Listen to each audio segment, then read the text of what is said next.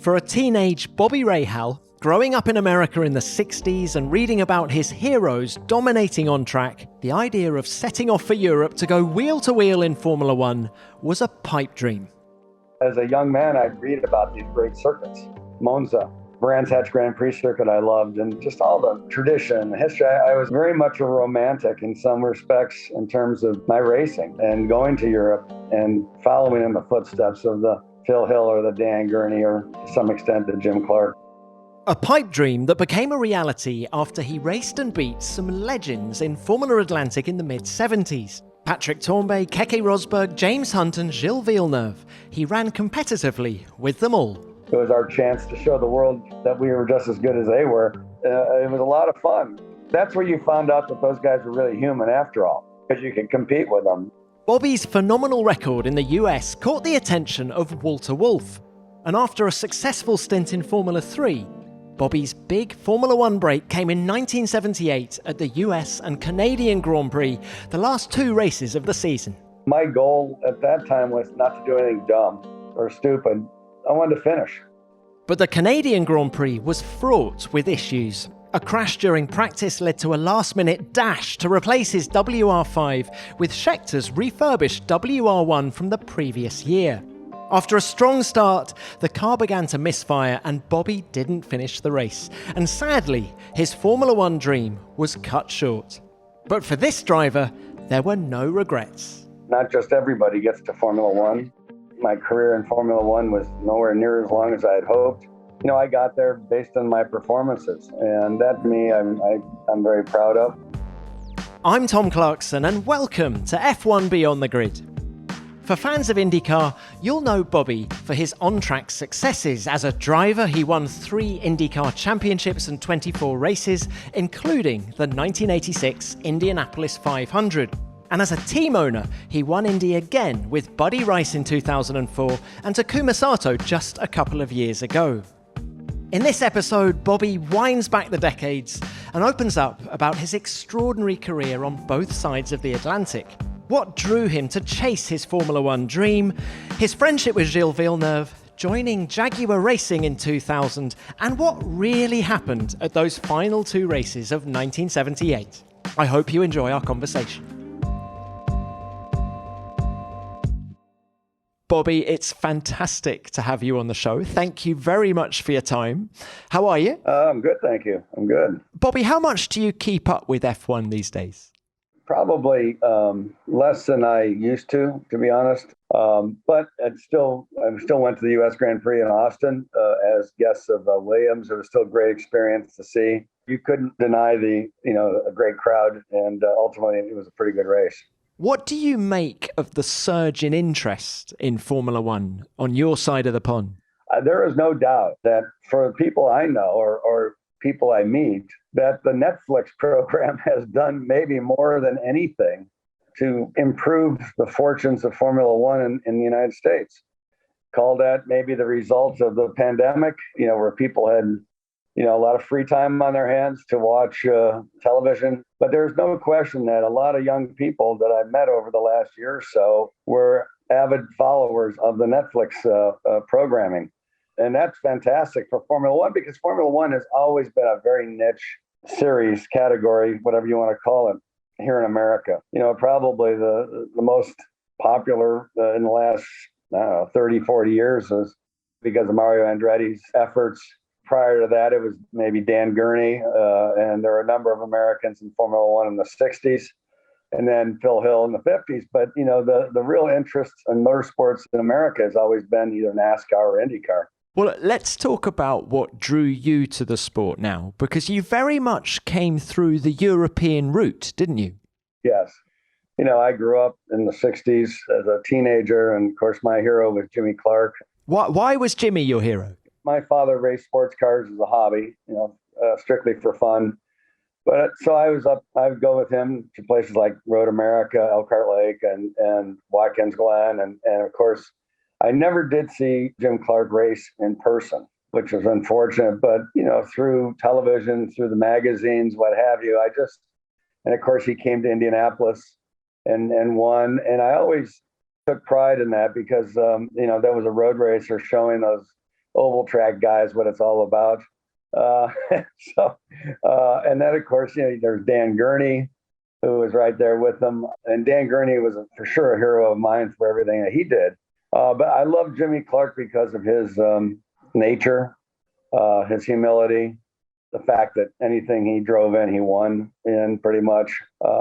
Just a gentleman. And I just always felt that was, if you were going to race and you were going to be successful, you should aspire to that example. There are moments in time that you remember when you grow up. I remember when John F. Kennedy was assassinated. I remember when Robert Kennedy was assassinated, Martin Luther King.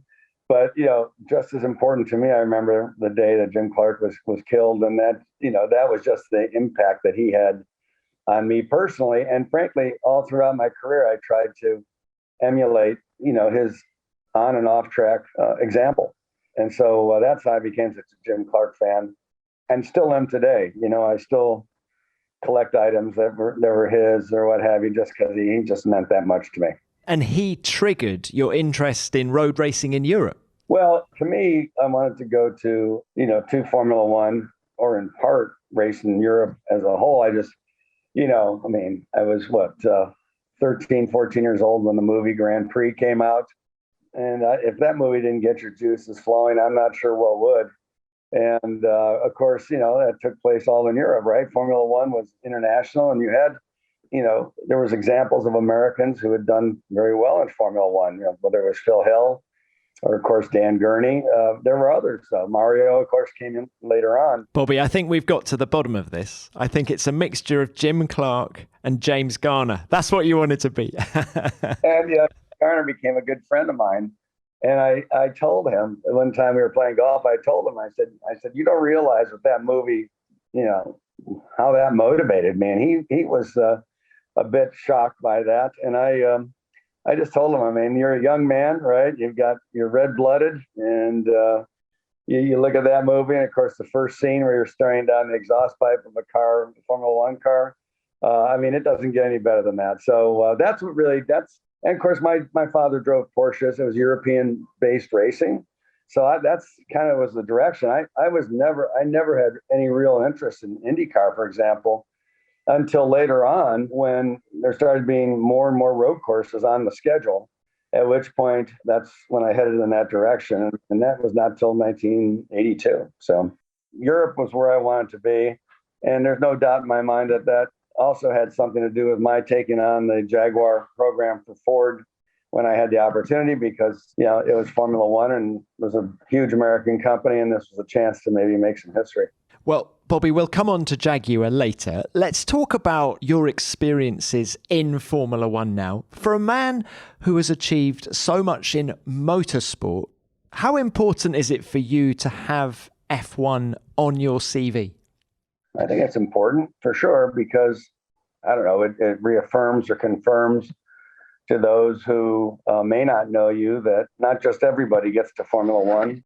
While my career in Formula One was nowhere near as long as I had hoped, I got there based on my performances. And that, to me, I'm very proud of. Do you want to know the secret to a smooth, clean shave? Taking care of your skin by cleansing and exfoliating before you shave increases the chance of cleaner results. That's why Harry's has a huge range of products designed to give you the best shave possible and make you feel good in the process. Harry's shower gels and skincare products are the perfect accompaniment to a Harry's shave plan. And their signature face wash, with its notes of peppermint and eucalyptus, is the perfect way to prep your skin for a silky smooth shave. They're formulated with 0% sulfates, parabens or dyes, and are alcohol-free, so they're even kinder on your skin. And they smell great too. Harry's are offering a free travel-sized face wash when you redeem a free Harry's trial set at harrys.com/grid. All you need to cover is £3.95 for delivery. In your trial set, you'll get an expertly engineered handle, which I find gives me much more control over my shave, a 5-blade cartridge complete with precision trimmer for those tricky areas, a handy travel blade cover, and lubricating foam shave gel. And don't forget that freebie face wash. You won't regret it. Just head to harrys.com/grid to have your free trial set delivered and start a shave plan. And your freebie will be added at checkout. That's harrys.com/grid. Bobby, the two races you did were the 1978 US and Canadian Grand Prix with Wolf. So tell us, how did the opportunity come about? Early in the year, a fellow that I knew who at that time was involved with Walter Wolf came to me. This was probably in, I want to say, March of 78, and said, Walter wants to run a Formula 3 team with Mr. Dallara, and we're going to basically have a test. So we'd like you to come to the circuit in Verano, which is this little 1 mile long road course there. And, basically it was going to be a runoff. Whoever was going to be quickest was going to get the nod. So I was obviously very happy to get that chance. And there was going to be two cars. The other car was being driven by a young Austrian driver who actually was a ski instructor and was the instructor for a fellow from Zurich, Switzerland, who was sponsoring the team, a guy named Oliver Hardmeyer. And anyway, he was already there. But I'm at Long Beach. This is I think it was the first Formula Atlantic race of the season that year. And I was on pole. And this is right, of course, you're right in front of all the Formula One teams. I was on pole, and on the first lap, there's a false start, and on the pace lap, I got hit from behind by a Swedish driver. I flattened my tire, so I had to come in, get changed. Well, by the time we got it all done, I was half a lap down. They'd already started the race. By halfway through the race, I was second and catching the leader. I was right on the leader's tail, and drive shaft broke. So I didn't finish the race. But after the race, and of course, I'm disappointed naturally. Because I was hoping that our Long Beach would be like Monaco is to Formula 3. At that time, anybody who won the Monaco Formula 3 race was going to end up with a Formula 1 contract. So I was hoping Long Beach would do the same. In any event, after the race, this fellow that I knew, Rod Campbell, who was involved in Formula 1 for many years, came up to me and he says, "Walter would like to see you." So he took me over to Walter's hotel. And there was Walter. And Walter said, "We're not going to do the runoff. We're not going to do any of this. I want you to drive the car." He had watched the race with Jackie Stewart. And I guess Jackie had made some nice comments. And Walter, was impressed enough, said no. So next thing you know, I'm on my way to Verano, Italy, and to run the Formula 3 car. And so that the whole idea of that program was to do Formula 3 races that were in conjunction with F1 races. So I drove Monaco. I drove Nürburgring, although there was no Formula One race in Nürburgring in 78, but it had been a Formula One circuit, obviously. I raced Monza, Italy, Jarama, Spain, Brands Hatch Grand Prix circuit. And Bobby, did you love it? Were you in love with it? Absolutely. To me, that's what it was all about. Going to Monaco, I qualified very well. I was leading my heat. I think I finished. I was running about fourth or fifth when I banged wheels with another fellow and my car broke, so it was out of the race, but then finished third at the Nürburgring. That was the first time I'd ever been to the Nürburgring. As a young man, I'd read about these great circuits and Monza, and of course, Brands Hatch Grand Prix circuit I loved, and just all the tradition, the history. I was very much a romantic in some respects in terms of my racing and going to Europe and following in the footsteps of the Phil Hill or the Dan Gurney or to some extent the Jim Clark. So yeah, it was a great experience, built a lot of friendships. They remain even today, some 40 some years later. So it was a great experience. And how much warning did you get ahead of the US Grand Prix that you were going to make your Formula One debut? It was interesting, here I am, I'm driving this Wolf Formula 3 car. And again, the whole idea had been by doing these races, they would prepare me for maybe the following year in Formula 1. I'd have knowledge of the circuits. And there was always this carrot being dangled out there saying, okay, keep doing it, keep going well. And, US Canadian Grand Prix are probably realistic. Well, it's interesting. I went to the Belgian Grand Prix that year just to watch, with the team. And the fellow named Bob Sparshot, BS Fabrications, was running a McLaren M26 for Brett Lunger, who was an American driver. He came up to me and said, "Come over here. I'd like you to sit in this car and I'd like to talk to you." So I went over and sat, and they had a spare M23 McLaren. So I sat in it and fit, and I fit it. Of course, I would have fit in anything, the chance to do Formula One. And he actually he was going to talk to me. He wanted me to do about 5 or 6 races with them that year. Well, the advice I got from the Wolf people was, no.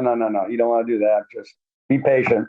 Watkins Glen and Montreal will happen. It's interesting that the guy that Bob Sparshot ended up hiring was Nelson Piquet. So you kind of go, well, the what ifs, right? But in any event, so I would think by Watkins Glen was first weekend of October, I would have thought by September 1, maybe a month or so prior to that official word was given. And I did a test at the Brands Hatch on the Indy circuit, the short circuit, which was really kind of a horrible place to test a Formula One car, but because it was so short. But anyway, off we went, and here's my chance.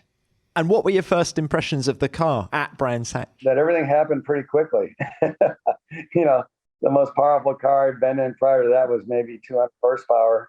And, Formula One car in those days was 500, or thereabouts, maybe a little bit more.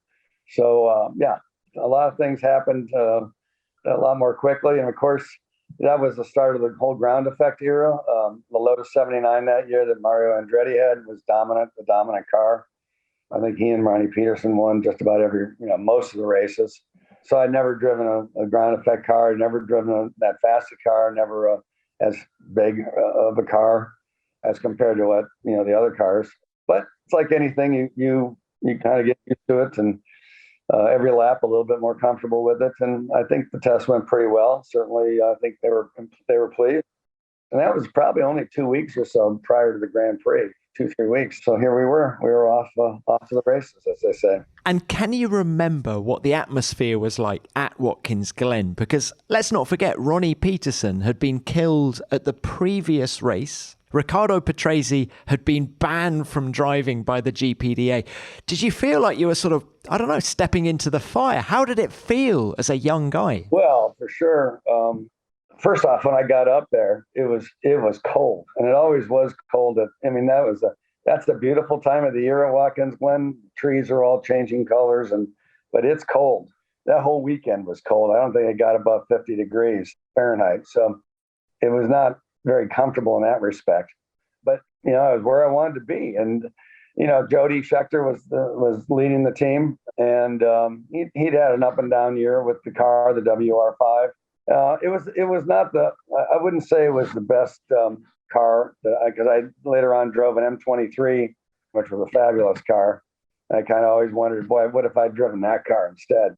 But nevertheless, my goal at that time was not to do anything dumb or stupid, and qualify. I think we qualified 20th out of 28 or 30 cars, and I wanted to finish, and we did. We finished 12th.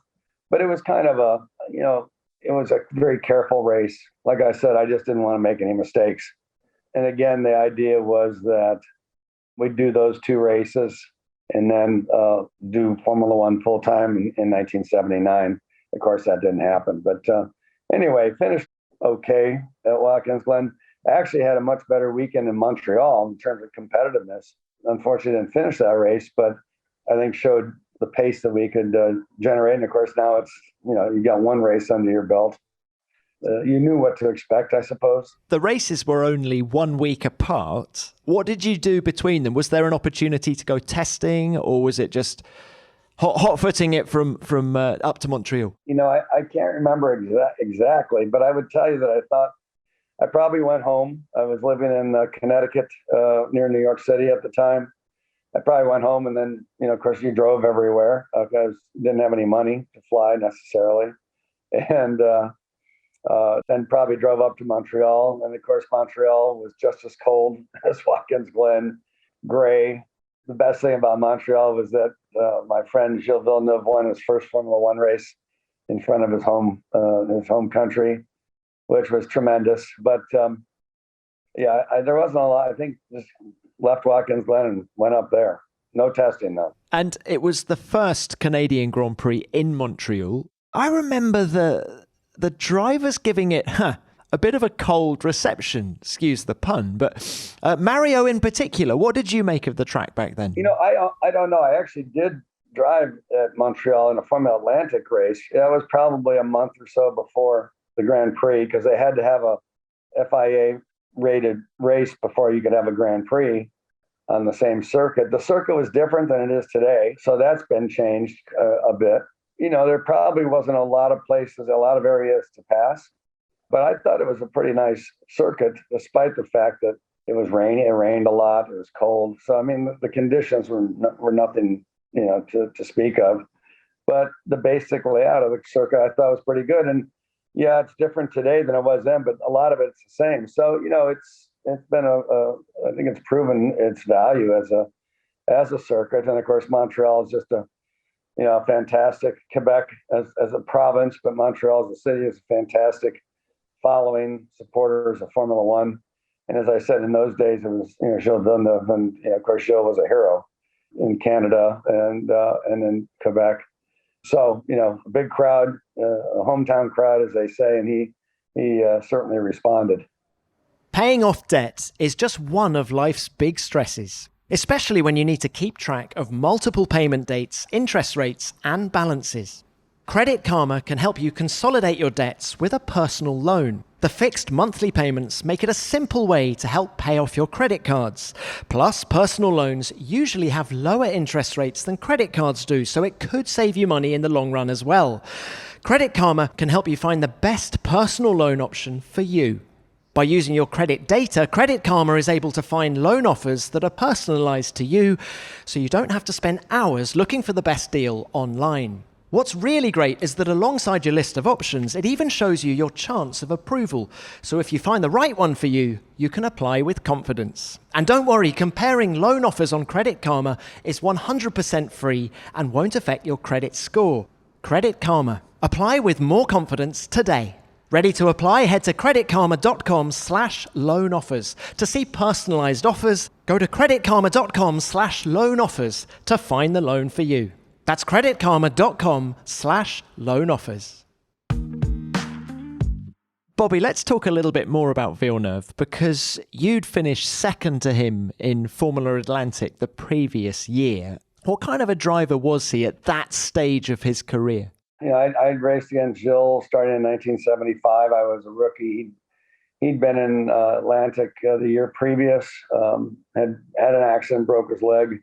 So he didn't do the whole series, but came back in 75. And, Gilles' wife was American, Joanne. So there was a little bit of a connection there for us. Atlantic was like Formula 3 in those days, very, very competitive, and everybody traveled together. It was like a big circus. So Gilles and I, we've developed a nice relationship. Gilles was, I'll never forget one race, we were running 1-2 in heavy, heavy rain, and I was right behind him, and this was up in Manitoba, and he hit a guy in front of him, just absolutely just disappeared underneath the fellow in front, went underneath him about halfway down the other guy's car. And I thought, oh, great, he's going to be out of the race now, so I'll have it I have it for my own. And nothing happened. I mean, his car wasn't damaged. I mean, it was just unbelievable. I mean, Gilles just gave it his all. He didn't come from money. He'd been a world champion in snowmobile racing, which takes tremendous bravery. I don't think anybody could doubt Gilles' bravery. And he had tremendous car control, which I think most people would attribute to his snowmobiling. And he was just a very focused guy. He didn't really have much beyond that. And I've always said this, and I really do maintain this. While Gilles had a lot of great talent, for sure, in 76, which is the year that really set him on his way, his manager, the guy who ran the team for him, was a guy named Ray Wardell. And Ray had been a March Formula 2 team manager. He'd been in Formula 1 with March. And nobody, I think, in the series recognized just how good Ray was and the impact that he would have on Gilles' success. I really give Ray a lot of credit for kind of taking this rough diamond and polishing it and getting it to where it was. And together, Gilles and Ray were a very formidable combination. And I think if Gilles were alive today, or maybe when he was alive, I don't know, but I would think he would give Ray Wardell some credit for that too. It really made a difference. And of course, in 76 at Trois Rivières, which was a race we all looked forward to over here because it was our chance to race against Formula One drivers, Formula Two drivers, what have you, from Europe, and our chance to show the world that we were just as good as they were. I mean, Gilles dominated the race, and that's when James Hunt was there, went back to McLaren and said, you got to look at this guy. He's something special, and which they later did. Now, you raced so many great drivers in your career, Formula One drivers in Formula Atlantic, the Villeneuves, the Joneses, Hunt, Tournbay, etc. Was Villeneuve the fastest of the lot? Another guy who was very good that I raced with for a couple of years was KK Rosberg, and in those days, it was, KK, Gilles. I mean, I think Gilles was probably, I don't know if I would say he was the fastest. He was certainly one of the fastest. Rosberg was pretty quick. I think there were others that, on their given day were just as quick. But, Gilles, he found himself in 1976, he stopped crashing, again, tremendous car control, and ended up, and with a very good team, ended up dominating. Rosberg won some races in those years. I won some races. Danny Sullivan was there.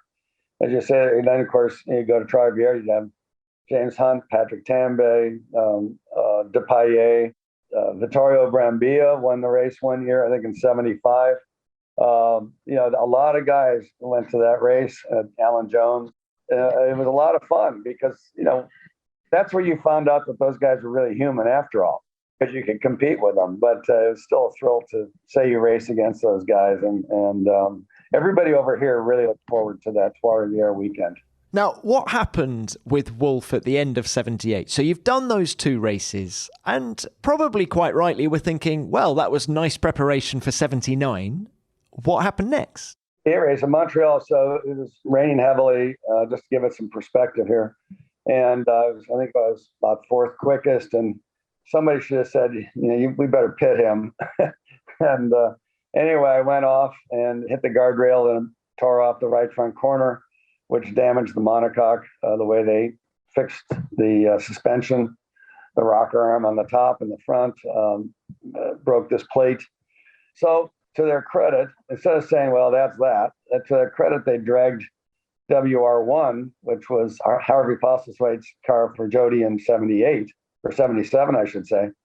And it was I think it was in a Hilton hotel. It was a show car or something. They dragged it out. The mechanics, I'm sure grumbling. They dragged it out, put an engine in it. And I don't think anybody thought we were going to qualify, and we ended up qualifying the car. So that is overnight, Friday night. They're thinking, well, we can't use the WR5 anymore. Has anyone seen a Wolf anywhere? I don't think anybody anticipated that they were going to get it ready for a race. And anyway, they put a engine in it. I qualified in, and actually in the race, I passed Hunt, I passed Pironi, I passed. I was running like, I think 10th or something very early in the race. I mean, I passed about 8 cars or something. And then all of a sudden, as the fuel load lightened, one of the flapper valves in the fuel tank wasn't sealing correctly. So every time I go into a corner, it would misfire. And as the fuel load went down, it just got worse and worse and worse. So we came in and we pitted. But I was disappointed that we didn't finish. I felt pretty good about the fact that we had passed some good guys, and we're running with some good people. And the next day, I think it was Peter Warr was the team manager for Walter, and he was pretty non-committal about the next year, and I'm not sure he was a big fan anyway, to be honest. So I was kind of in limbo for about another month or so. Is it going to happen? Of course, then they hired James Hunt to replace Jody. Jody went on to Ferrari to win the world championship the next year. And anyway, apparently James wanted a one-car team. And so yours truly was on the street, as they say. So, that was the end of my Formula One career. I did end up going back to Europe to race in Formula Two, hoping that an opportunity would arise over there. It never did. And also by that midway through 1979, I was hired to replace George Falmer in the Can-Am series here in America. And so my European adventure was in its final days. How do you reflect on that period now? Is it a source of frustration Well, I look back and I probably would have done some things differently. I didn't have any real representation over there. In the end, though, I can't complain. I ended up going to the Can-Am series, won some races. I ended up going to IndyCar, and the rest is history on that front. But I truly did, and of course, I did some sports car racing in Europe. Le Mans in 1980, 81, 82. Nürburgring, the 6 hours at Silverstone. So I still had some, some experiences on the sports car side of the equation in Europe. Loved it. Loved going to Le Mans again, ticking that box, as we would say. It's something I wished I'd done more of. But as I got into Indy cars, there was always a conflict with that weekend. But I look back, and again, I made a lot of friends that are still friends today. Some are no longer with us, but some are still there, and it's.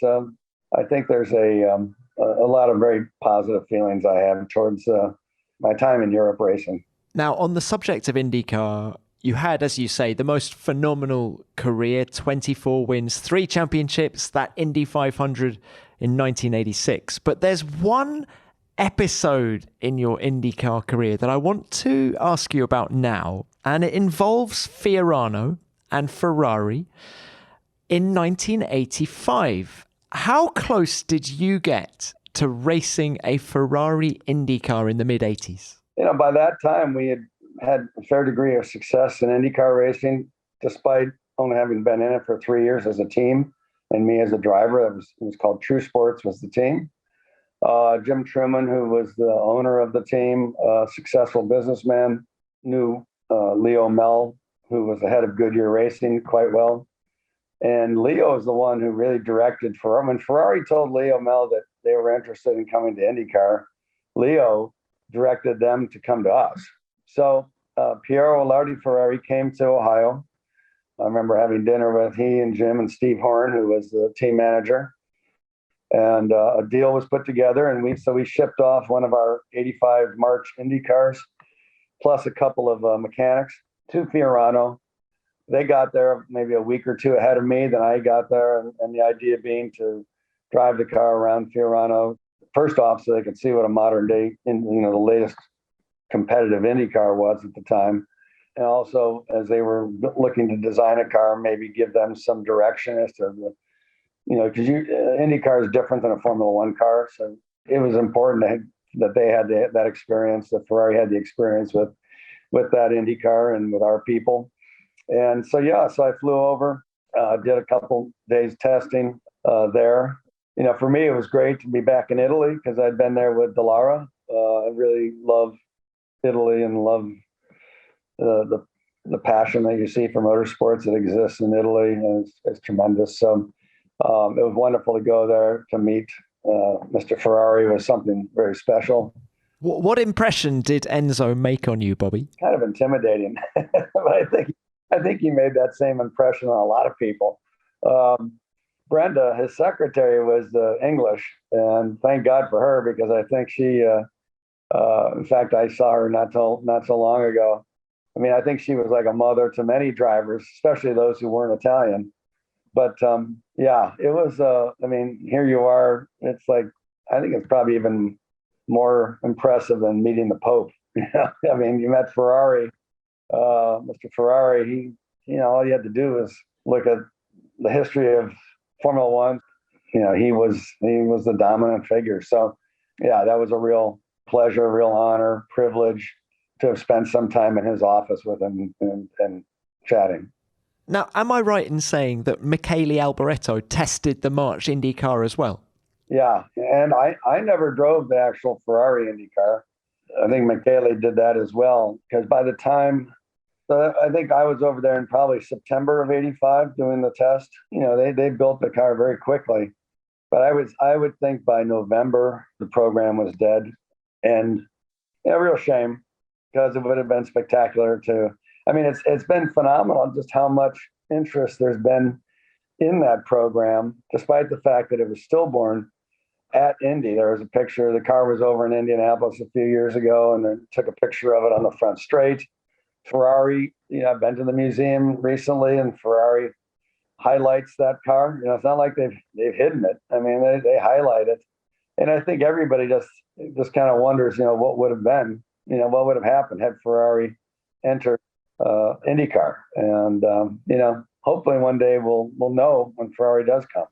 This podcast is sponsored by BetterHelp.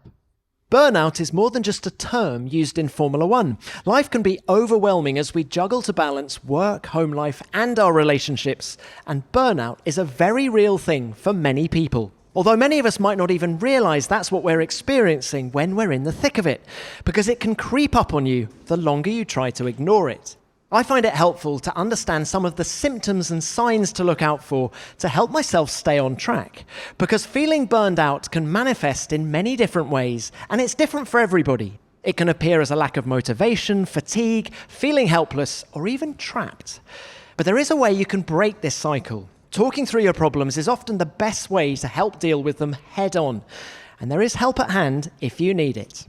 BetterHelp is customized online therapy that offers video, phone, and even live chat sessions with your therapist, so you don't have to see anyone on camera if you don't want to. It's much more affordable than in-person therapy, and you can be matched with a therapist in under 48 hours. Beyond the Grid listeners get 10% off their first month at betterhelp.com/grid. That's BetterHelp, BetterHelp.com/grid. Another case of what might have been in your career, I think, Bobby, is Jaguar Racing. You were appointed team principal in, December 2000. First of all, what was it about the team that was so appealing to you? Well, it was, first off, the man who took me there was a fellow named Neil Ressler. Neil was head of Ford Engineering Worldwide. A wonderful man, very smart guy. A lot of respect people had for him. And he had come in and sort of, when Ford bought Stewart Formula One, he'd come in to kind of nurture that program along a bit. He's the one who asked me if I would be interested in going there. Ford had obviously, they bought it. It's interesting. And I think later on during that period, you'd see how that ownership would be described. But Ford had very different ways of doing things than, say, a Frank Williams or a Ron Dennis. Frank Williams, when he wanted to build a wind tunnel, he knew he had to have it, so they did it. And they probably figured, well, we'll figure out how to pay for it later. And when you dealt with Ford, everything had to be, there had to be a book of reasons why. Why do we need to spend this money, blah, blah, blah. So I came to learn that the longer I was at Jaguar. But in any event, they wanted me to go in there and kind of run the ship a bit. I was very interested in it because I felt like I had unfinished business from my Formula One career. That might have had something to do with it. I think I really enjoyed living in Europe and England and thought it would be a great experience. I had very good people running the IndyCar program. So I felt like, I could go back and forth. And of course, Ford agreed I could do that. The unfortunate thing with the real unraveling of the whole program, I get there and the main designer decides to quit. Now I've got to go find a designer. I mean, it was never a dull moment that first 6 months. Hey, but you aimed high when it came to finding a new designer. First fellow I asked to come in, and he did, was Steve Nichols, who was American. And Steve had been with McLaren for a number of years. Steve was a very smart guy and, very methodical, very introspective, sharp guy. What really started the issues of the problems, Neil Ressler's daughter was dying of cancer. So he had to go back to the U.S. to be with her. And he basically tossed the ball to Wolfgang Reitzle, who Ford had hired from BMW to take over what they called the Premier Auto Group, which was Jaguar, Land Rover, Volvo, and even Lincoln at that time, and at least initially. And as part of it, they ended up buying Cosworth Engineering, they ended up buying Pi Electronics and Jaguar Formula One from Stewart. And so now that the champion, now Wolfgang, he decided he needed somebody to run, all the racing properties, Cosworth, Pi, Jaguar. And I was only on the Jaguar program. And so he invited Nicky Lauda to come in and Nicky's a very demanding guy, very I called him the white tornado because whenever he'd come, there'd be stuff everywhere and he'd leave. And then everybody had to clean everything up. And it was clear that either he was going to run the program or I was going to run the Formula One program.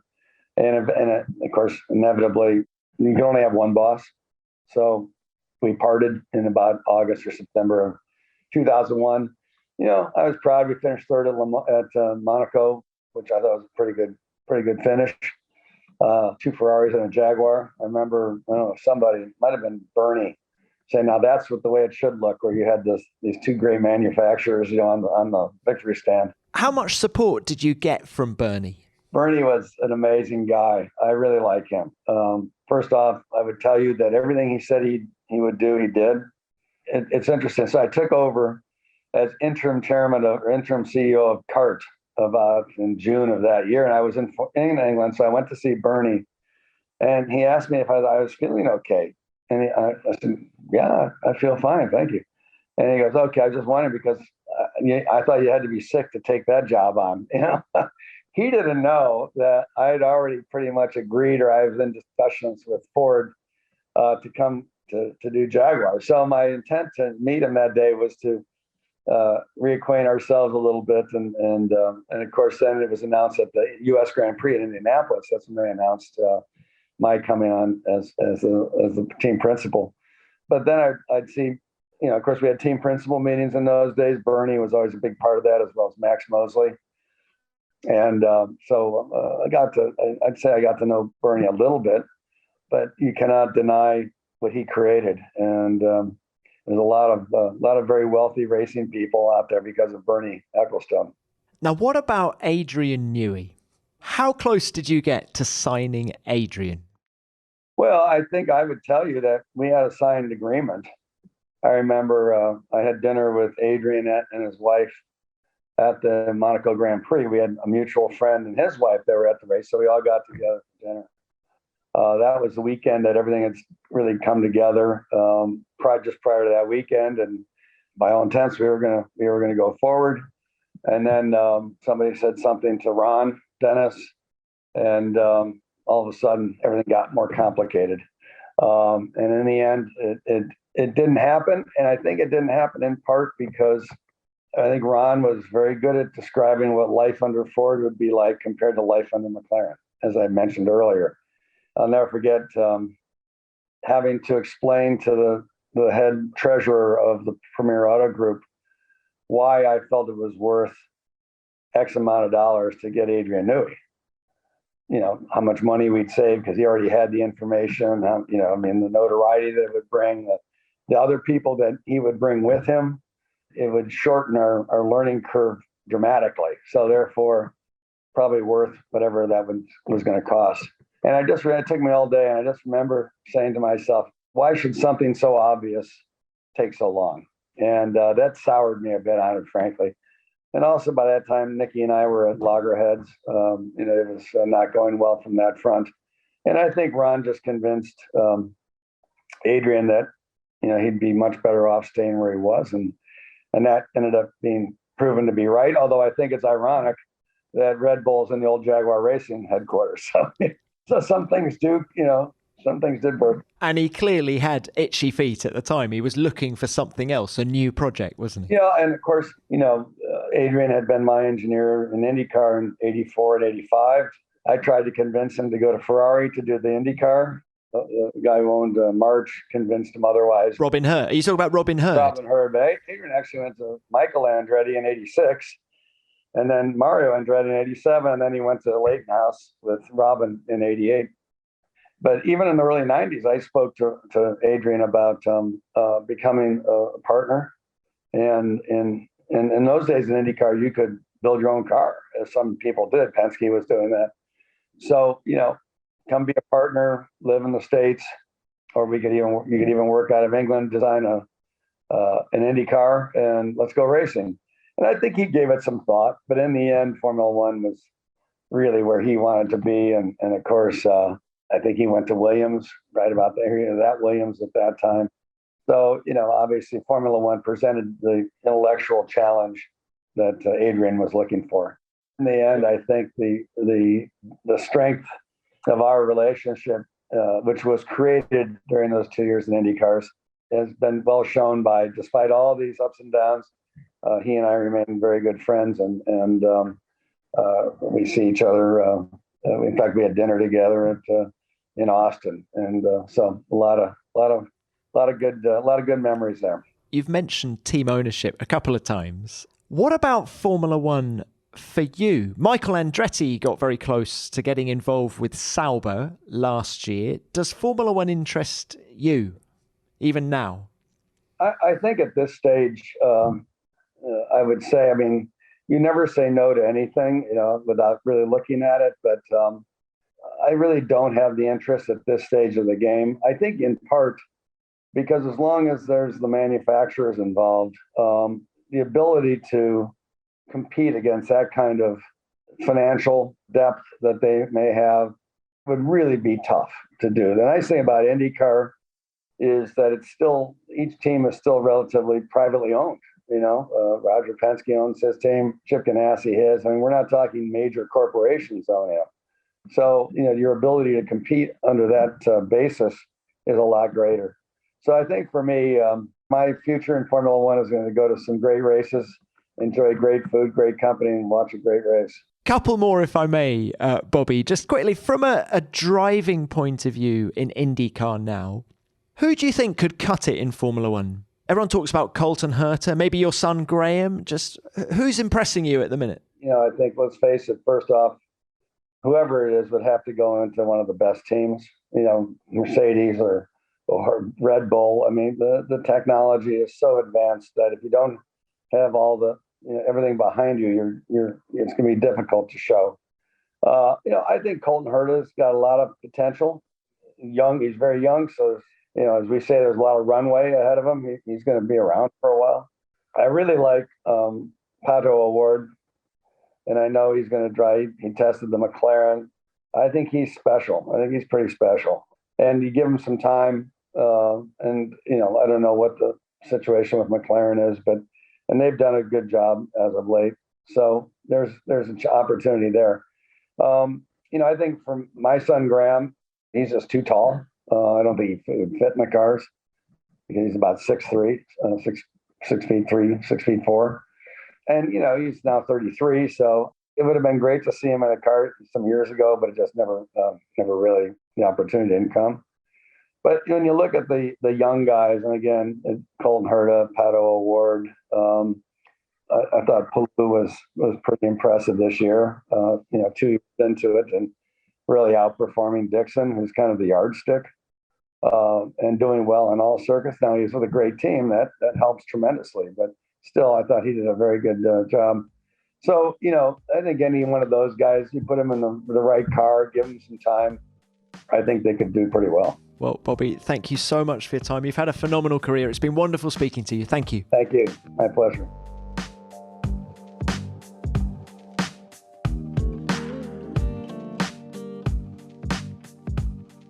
There is definitely a desire to get a fast American on the F1 grid, Bobby. Will it be Colton Herta or Pato O'Ward or someone else? But wasn't that a fascinating chat? Bobby's knowledge and experience of motorsport permeates through every sentence. And although the bulk of his racing career was in North America, his passion for Formula One really comes across. I can't help but wonder what might have happened in Formula One for Bobby had the cards fallen differently, but we'll never know. Bobby, many thanks for your time. It was great to chat, and I look forward to seeing you again in Austin.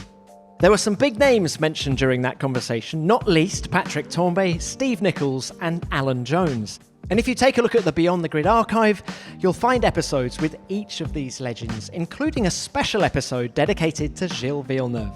You'll find the links in the show notes.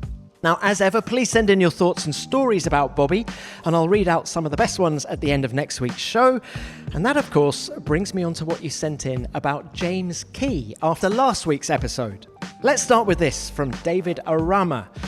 I love hearing interviews with the engineers, says David. There's so much to learn about management of complexity and teams of people, and James Key also sounds like a great dad.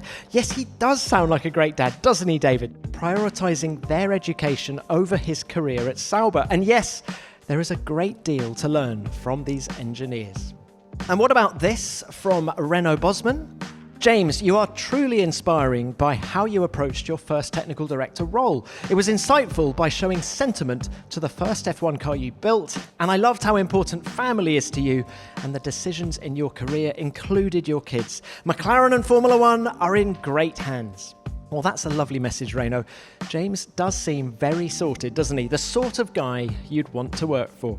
And we'll end with this one from John, who says, James is that rare mix of a brilliant engineer who's also very articulate. How often do you get such a perfect mix? Well, John, that's exactly why he's McLaren's technical director, a man who's able to lead in every sense of the word. We'll leave it there for this week. Thanks for your messages, and please remember to get in touch with your thoughts and stories about Bobby Rahal. And please make sure you follow F1 Beyond the Grid on your podcast app so you never miss an episode. And while you're there, why not check out this week's edition of F1 Nation, where you'll find us amongst the action at the Monaco Grand Prix. Thanks for listening. F1 Beyond the Grid is produced by F1 and Audioboom Studios. Until next time, keep it flat out.